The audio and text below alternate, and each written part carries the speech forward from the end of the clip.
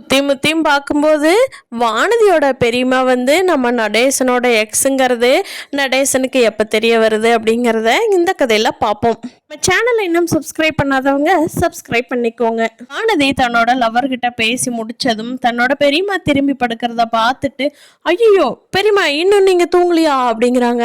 ஏண்டி இந்த கத்துற, அவன் பக்கத்து தெருவில் இருந்தானா அவனுக்கு டைரெக்டாகவே கேட்டிருக்குண்டி, அப்படி இருக்கும்போது என்னை இன்னும் தூங்கலையான்னு கேட்குற, உனக்கு அறிவில்லை அப்படிங்கிறாங்க. இல்லை பெரியம்மா கோவத்தில் கத்திட்டேன் பெரியம்மா அப்படிங்கிறாங்க. சரி என்னடி பிரச்சனை என்னாச்சு அப்படிங்கிறாங்க. அது வந்து ஒன்றும் இல்லை பெரியம்மா அப்படிங்கிறாங்க. ஹே சொல்லுடி, உன் வயசு எல்லாம் தாண்டி வந்தவ தானே நான் அப்படிங்கிறாங்க. அது வந்து பெரியம்மா இப்படி மெக்கானிக் ஷாப் ஒருத்த வச்சுருக்கான், அவனை தான் நான் லவ் பண்ணிகிட்ருக்கிறேன், அவனை தான் கல்யாணமும் பண்ணிக்கலான்ட்டு இருக்கேன். எனக்கு அவனை ரொம்ப பிடிக்கும் பெரியம்மா, அவனுக்கும் என்னை ரொம்ப பிடிக்கும். இப்போ நான் மெடிக்கல் ஷாப் வச்சதுக்கு அப்புறமா நான் டாக்டர்கிட்ட பேசுகிறதெல்லாம் அவன் பிடிக்கவே மாட்டேங்குது. இப்போ அவங்ககிட்ட நான் ஒரு வண்டி கேட்டிருந்தேன் பெரியம்மா, அவன் வாங்கி கொடுக்கவே இல்லை.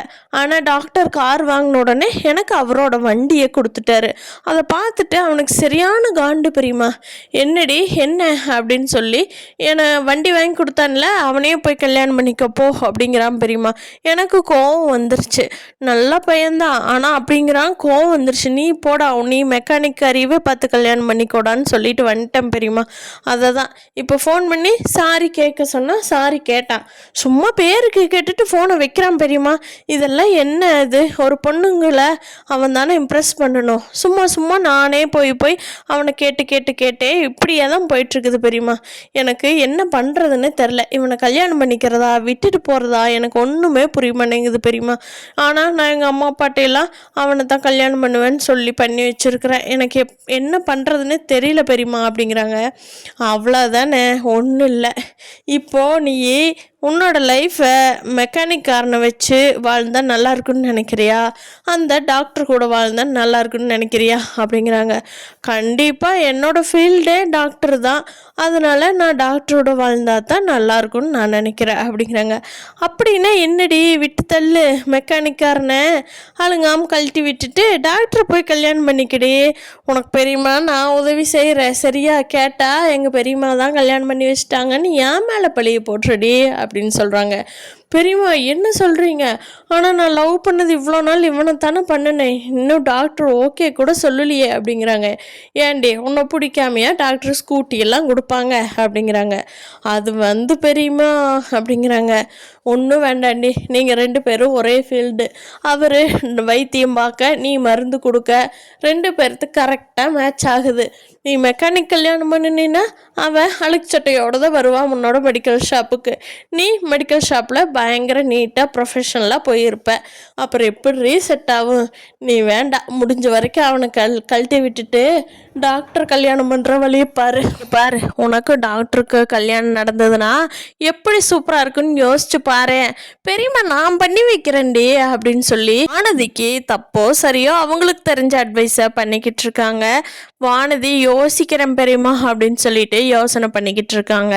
இங்கே பார்த்தா நிலா வந்து ஒரு ஸ்டெப்புக்கும் தன்னோட வீட்டில் ஒரு பொண்ணு வந்தாங்கன்னா எப்படி தங்குவாங்கன்றது எல்லாமே யோசிச்சுட்டு இருக்காங்க. நிலா மாதிரி ஒரு பொண்ணு இந்த ஐயனார் துணை வீட்டுக்கு வந்தது ரொம்ப கொடுத்து வச்சிருக்குது. சோழன் பாவம் தெரிஞ்சோ தெரியாமையோ நிலாவை கூட்டிகிட்டு ஓடி வந்தது இப்போ இவங்க குடும்பத்தையே ஒரு ஸ்டெப்பு தூக்கி மேலே வச்சிருக்குது. சந்தா வந்தாங்கன்னா ஓகே சோழன், ஆனால் நீ அடுத்தடுத்து பாண்டிக்கெல்லாம் கல்யாணம் பண்ணுறப்போ ரூம்ஸ் எல்லாம் வேணுமே, அப்போது பல்லவன் மட்டும் தனியாவா படுக்க வைக்க முடியும், அவனுக்கும் வேணும்ல, இதெல்லாம் ரெடி பண்ணணும் சோழன், என்ன பண்ணுறது அப்படிங்கிறாங்க. ஆமாம் நிலா, அப்போ நம்ம வீடு தான் கட்டணுமோ அப்படிங்கிறாங்க. ஆமாம் சோழன், ஆனால் இப்போல்லாம் ஹோம் லோன் மாதிரி நிறைய இருக்குது, அந்த மாதிரி ஆப்ஷனில் நம்ம போய்கிட்டோம்னா அது கொஞ்சம் காசு சேர்த்து வச்சுட்டு அந்த மாதிரி ஆப்ஷன் போயிட்டோம்னா எல்லாருமே சேர்ந்து ஹோம் லோன் கட்டிக்கலாம் சோழன் அப்படிங்கிறாங்க. அப்படியா நிலா, அப்படிலாம் இருக்கா ஸ்கீமு அப்படிங்கிறாங்க. ஆமாம் சோழன், இப்போ என்ன நிறைய இதெல்லாம் இருக்குது, நம்ம அதில் போட்டு கூட பண்ணிக்கலாம் சோழன் அப்படிங்கிறாங்க. பாரு, இந்த வீட்டையெல்லாம் கட்டி பயங்கரமாக பண்ணுவோங்கிறதே எனக்கு தெரியல நிலா, நீ சொல்லித்தான் தெரியுது. இந்த வீடு கட்டணுன்னே நீ சொல்லித்தான் எங்களுக்கு தெரியுது.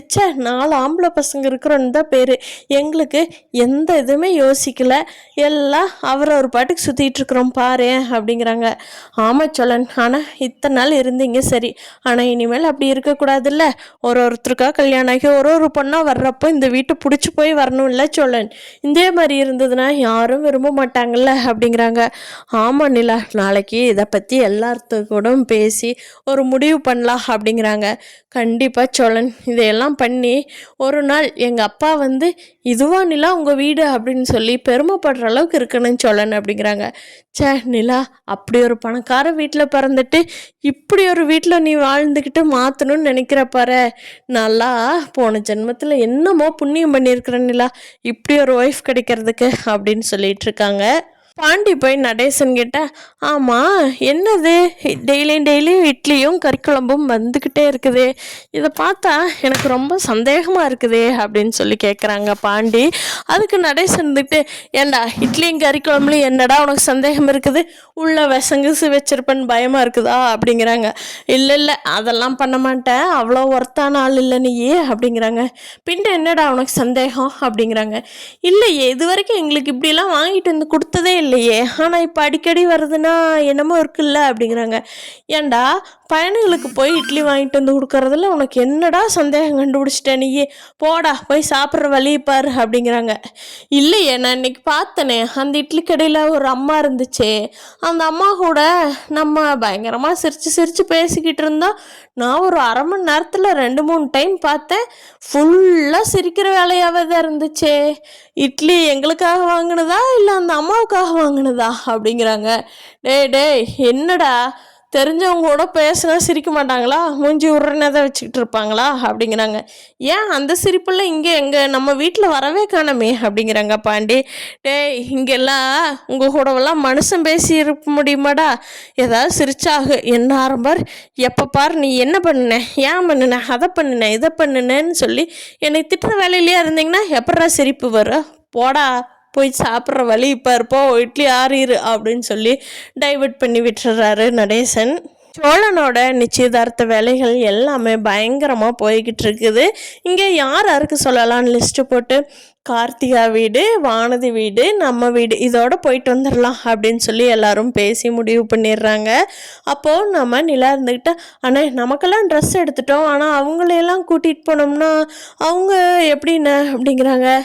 ஆமாப்பா, இல்லை பேசாமல் நம்ம மட்டும் போயிட்டு வந்துக்கலாமா அப்படின்னு சொல்லி பேசிக்கிட்டு இருக்காங்க. எல்லாம் சொல்கிறாங்க, அண்ணன் இப்போ வந்து கார்த்திகா அவங்க வீட்டுக்காரரை கூட இல்லாமல் தனியாக பிரிஞ்சு வந்திருக்காங்கண்ணே.